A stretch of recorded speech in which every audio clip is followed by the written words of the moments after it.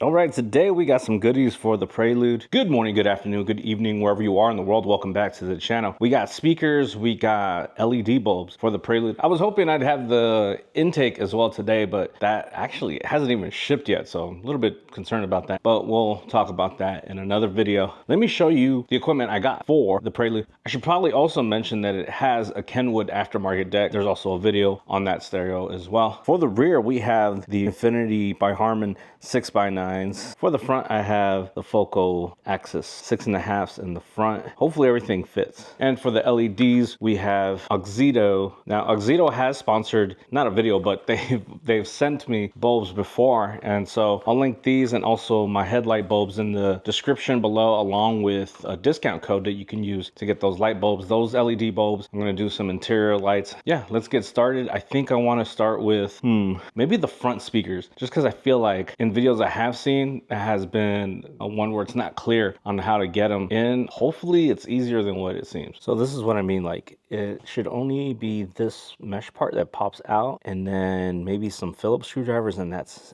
it. I said screwdrivers, Phillips screws.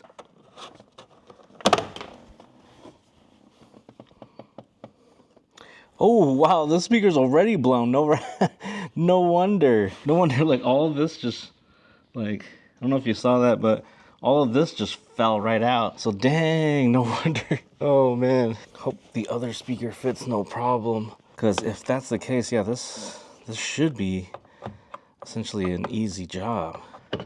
Phillips screws. Look at this little speaker. Okay, again, now here is the original one that comes from Honda. It says made in Japan, and this is just like all like paper. That's crazy, that sound. The adapter. So we'll try that out and go from there. Now for the adapter, this should go directly into our stock wire harness, and then these two will go directly onto our 6.5 speaker. All right, so this is, my concern is that it might stick out too much, but we'll see. Black to black, or negative. Oh, it's also different sizes too, so you can't mess this up either. I want to get this in here. Indeed, the magnet is pretty big, so because of that, it is not necessarily holding in. Oh, actually, we might have.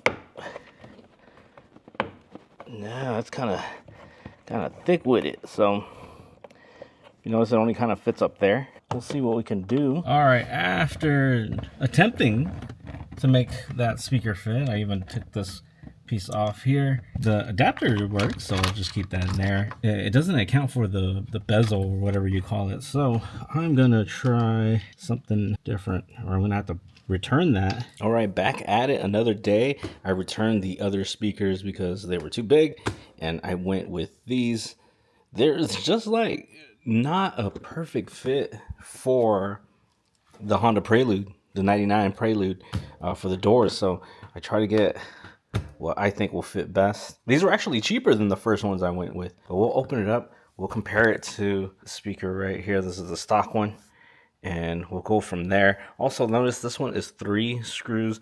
This one is 4, so may have to work around that as well. Oh yeah, these speakers definitely overall with the bezel are much smaller than the Focals. Now this doesn't have that nice carbon fiber weave thing that was really unbelievable, but it's going to be an upgrade regardless. Also, this one is not as big as far as like depth, so I compared the two speakers, and as you can see, they're about the same. This should work. I may have to make new holes for the screws, or we'll see. Might have to finesse it a little bit, but this should work. Very nice. Let's give it a shot. All right, you can see this one already kind of fits. I might need to modify it a little bit. This is way better than the last one. Hard to tell right there, but we'll make it work. All right, there we have it. It's just a matter of finessing it into place, and then I was able to get some of the screws that came with the speaker into there. Notice I say some of the screws. So yeah, but it should be on there, no problem. there you go. I'll link that one down below because that's the one that's going to fit the best. Well, I don't know if it fits the best. If you know these cars, good luck finding one that fits. All right, on this side, I tried sticking this speaker and see if it'll fit. The one I had last time, the focal one, for sure wouldn't fit. The magnet was huge. The whole speaker was bigger, even though it was 6.5, just like this one is.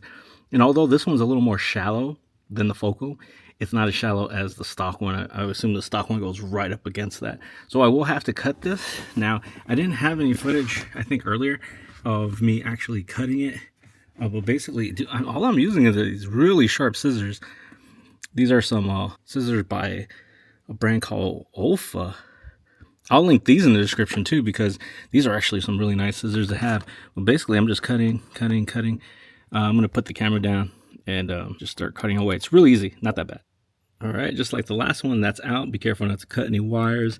And yeah, it only took me like 20 seconds, 15 seconds, something like that.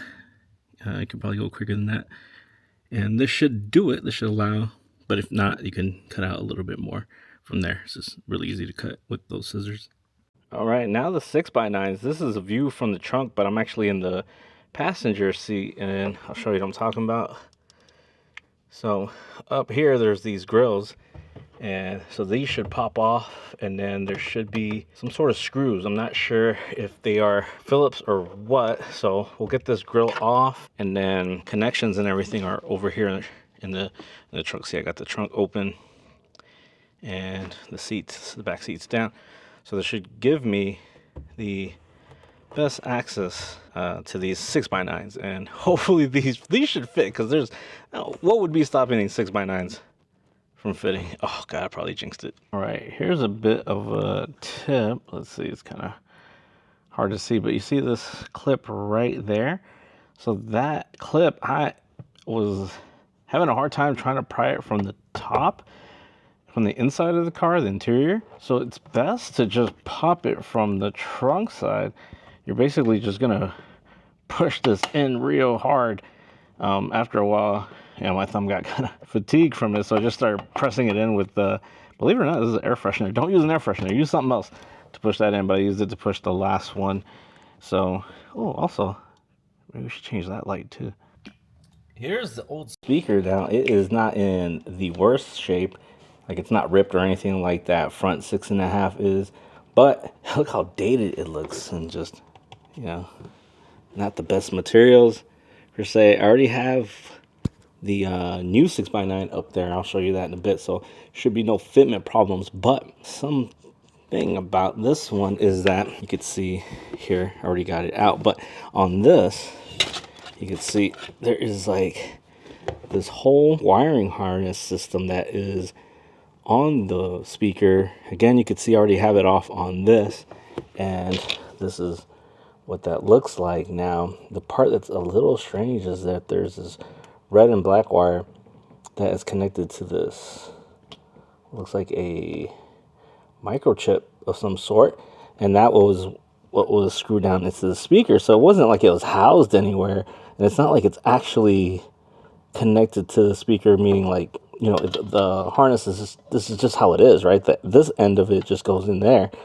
And so I took 2 screws off, but they also had it glued, so I finally used this tool that I've been having for a while to sort of get that out like that, and giving me this whole harness, which is great because the harness that I got for the front 6x5s or 6.5s, that harness won't work with this, or what I'll show you in the trunk, because it almost seems like it has like a mini amp, and there's something else from TDK. Yeah, so there's that thing from TDK right there, and then there is this metal box right there as well. So I don't know if it's some kind of amp or what. Unfortunately, there's not a whole lot on the 5th gen Prelude. See, there's a new speaker there, and I'll just end up going right into that right there, I believe. I can't tell from this angle, but basically we're connecting just into one spot, so we don't, this harness actually goes into those things I was telling you about, versus these just go into the speakers. So essentially it should work. This, just let it hang somewhere, zip tie it somewhere, and I think it should be fine, but we'll try it out. Also on the speaker screen, I don't know if you can see it. Who knows how old that is, but I'm pretty sure it came from Oregon. All right, good news. I got this hooked up really easily. Of course, these things are just dangling, maybe zip tie or something like that to keep them out of the way from just hanging like that. But I did try it out. It sounds good. Stock screen has a little bit of foam there as well, and I didn't screw it down either. So I'm going to see if all those things will help with like a little bit of rattling. But I mean, obviously it's rattling. It's not even screwed down. But other than that, the audio sounds good. Very improved already. Well, there you have it. There's the old speakers all together. I was looking at the back of these and like, pardon my slippers by the way, but yeah, these were 20 watt. Yeah, 20 watt. The new ones in the back are now 300. And then these were a measly 15. And now they have 100 times that, I think. These are 26-year-old speakers. If you think about it, if you think of like your own age, it doesn't seem like much, but for a car, I mean, for technology especially, so much has changed in the last 26 years. All right, up next are the LED lights that I want to put in mainly for the interior. I forget how many bulbs are in here, so we'll see real quick. Looks like we have 10 bulbs. Yeah, mainly for the interior, and then we'll see what we have left over. Okay, so here's a dome light. Remember, there's none in the back. There's absolutely no lights back there at all. So this is your dome, and you got your 2 map lights all in the front. So this should pop out like around here, and then I should be able to access those lights no problem. We'll turn it off for now. There we go. All right, just as I said, you just right in there get something flat to get that out. I used one of these right here, although this one's a little fat, but it did the job. If you find something thinner, that'll work better. And these bulbs, you are able to just pull these out, I believe. Let me try this one, have more room here. Yep, just pull that right out. And then of course, before you put everything, like not everything, before you put the plastic back up, make sure that they work. If they don't, then you probably have to flip them to the other side. This one, less room here. I wish I had thinner fingers. There we go. That comes right out. And new ones go in, and then we'll try them one by one. Oh, there's the bulb there. Under focus. There we go. Pop right in. Ooh, there we go. That is really good because this car doesn't have much lighting. So, ooh, already really bright. Very nice. All right, all 3 bulbs are in. And yeah, I don't know if they could go either way, but usually I don't have the luck of them going in and working the very first time. This time I did. Wow, what good luck I'm having with these. So here we go. So we got map light. These are blinding, by the way, if you stare right at them. But that is a huge difference. Let's get the cover on so I can show you what this looks like once it's all completely closed up. Be able to just, I believe, go maybe like this. Yeah, easy peasy, lemon squeezy. And yep, let's get that on. Super bright. Just the map lights, just one map light. Just nothing on. And then that. So, and just that. Wow, what a difference. Okay, let's move on. This should be the same bulb. Can't quite remember, but we'll give it a shot. All right, a couple of things. One, this thing is actually very easy to take out. I didn't have to use the tool at all. I was able to take this out with just pretty much my fingers, fingernails a bit, and no problem. But the other thing is that this is a completely different bulb. This is like that, almost like that capsule-like bulb they used to have in the Hondas even for the dome lights before. So this bulb, yeah, I won't be able to use the ones I got. And even when I bought the bulbs, I couldn't remember if I was asking for the door bulbs as well. I might have just been thinking interior. So I'll check the trunk light to see if it's like this one. I think it is.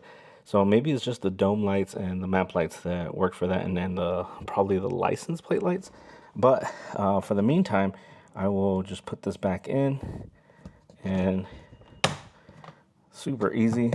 And I will go on the website and see if I can order that as well, because yeah, that would be nice to have this as a brighter light, especially since this is the door light. So if you have the door open at night, it gives you a lot more light around the car as you're getting in. You know, for this light, it is very simple. It is almost like a little door. There's like let's say, like, there's little areas on each side of it where you could kind of just pull down, and then it'll kind of like pull like towards the outside of the trunk like this. And then there's the bulb. Let me see. I think this. Oh yeah, this is the one. It's been on for a while, so it's pretty hot. Let me grab some gloves real quick. There you go. Just one bulb, and yeah, this one should be the exact same bulb that I got. There we go. Cool. Wow, that is nice. So much better. Let's see if we get the flashlight on my phone off. It was really such a dull light before. Cool, I got those done. I wonder if it's easy to access the license plate lights. Let me check on that. All right, I'm gonna hold off on the license plate lights because one, I don't know for sure if it's the right light bulb. I couldn't remember when I ordered these lights if I was just going for dome lights, interior lights. But what I will do is order the lights for the doors. I'm glad the bulb also worked for the one in the trunk because that one was really dark. When I did use the trunk at night, I had issues seeing things back there because it's so dull, the bulb. But back to the license plate lights, the reason I'm gonna hold off is because it does require 2 screws to come off, and that's not the problem. The problem is they are really rusty to the point where I could barely even tell that they were Phillips screws. So yeah, maybe I'll just leave that as is until I actually need to take them off. Man, I was a sweaty mess getting those speakers in this garage with like these 2 cars in here. So anyways, yeah, I hope you guys learned something from that. I'll link everything down below. The LED lights, you can use my coupon, that'll help me out as well, and you'll get a discount on top of that. And for the speakers, I think I only needed to use a little harness for the fronts. I didn't need them for the back. I'll link those as well. So everything you might need for a 5th gen Prelude, just the 4 speakers, it'll be down there as well. Use the Amazon affiliate, that helps me as well. So anyways, that's gonna do it. Hope you guys enjoy. More Prelude content to come, because I still have the intake and a couple more light bulbs from the doors. And then also, here's a little sneak peek. You can't really tell, but I've changed something on the 4C. If you guys follow the channel, you know what it is. That's coming up as well. That's gonna do it. Talk to you guys later.